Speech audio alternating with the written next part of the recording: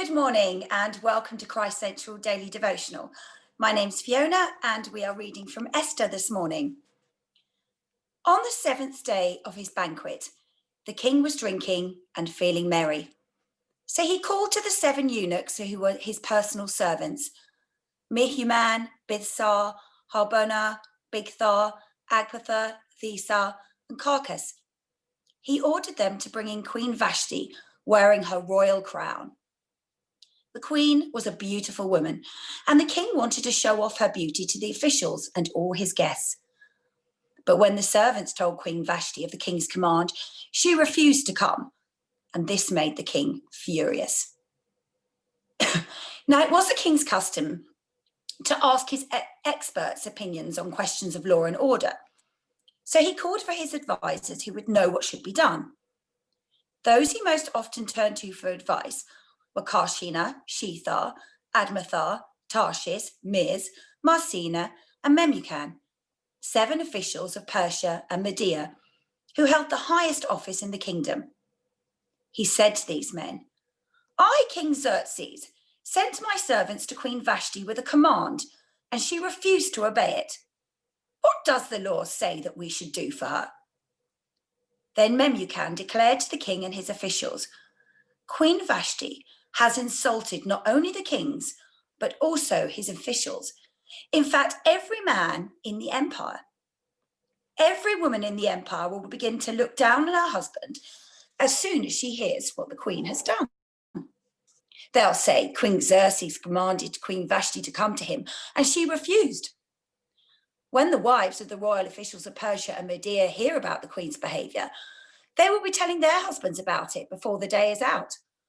Wives everywhere will have no respect for their husbands, and husbands will be angry with their wives.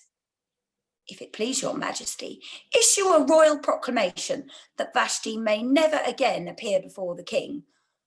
Order it to be written into the laws of Persia and Media so that it can never be changed. Then give her place as queen to some better woman. When your proclamation is made known all over the huge empire, every woman will treat her husband with proper respect, whether he's rich or poor." The king and his officials liked this idea, and the king did what Memucan suggested. To each of the royal provinces, he sent a message in the language and the system of writing of that province, saying that every husband should be the master of his home and speak with final authority.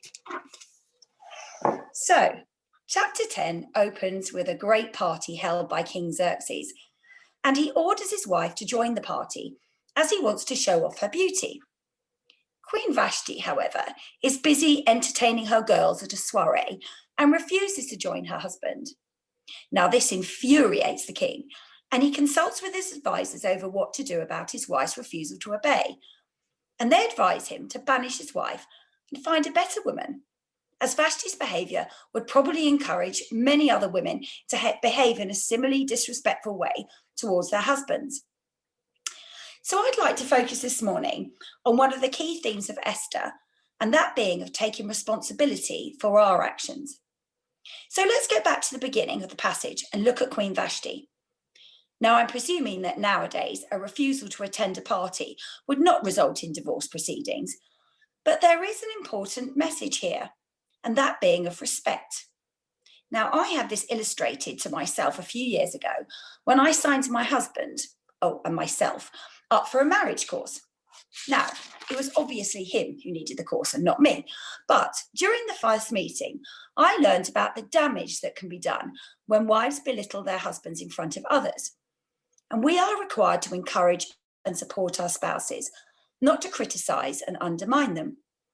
Queen Vashti is clearly causing her husband huge embarrassment by refusing to attend the banquet. Furthermore, there's also the matter of respect for authority. Vashti has no regard for the king, and we as Christians are called to respect and uphold those in authority, whether it be in our workplace, our church leaders, our police force, or even our government. We need to take personal responsibility for the way we treat our spouses and those in authority. And Queen Vashti in this passage clearly doesn't. Then we need to look at the king, his behaviour.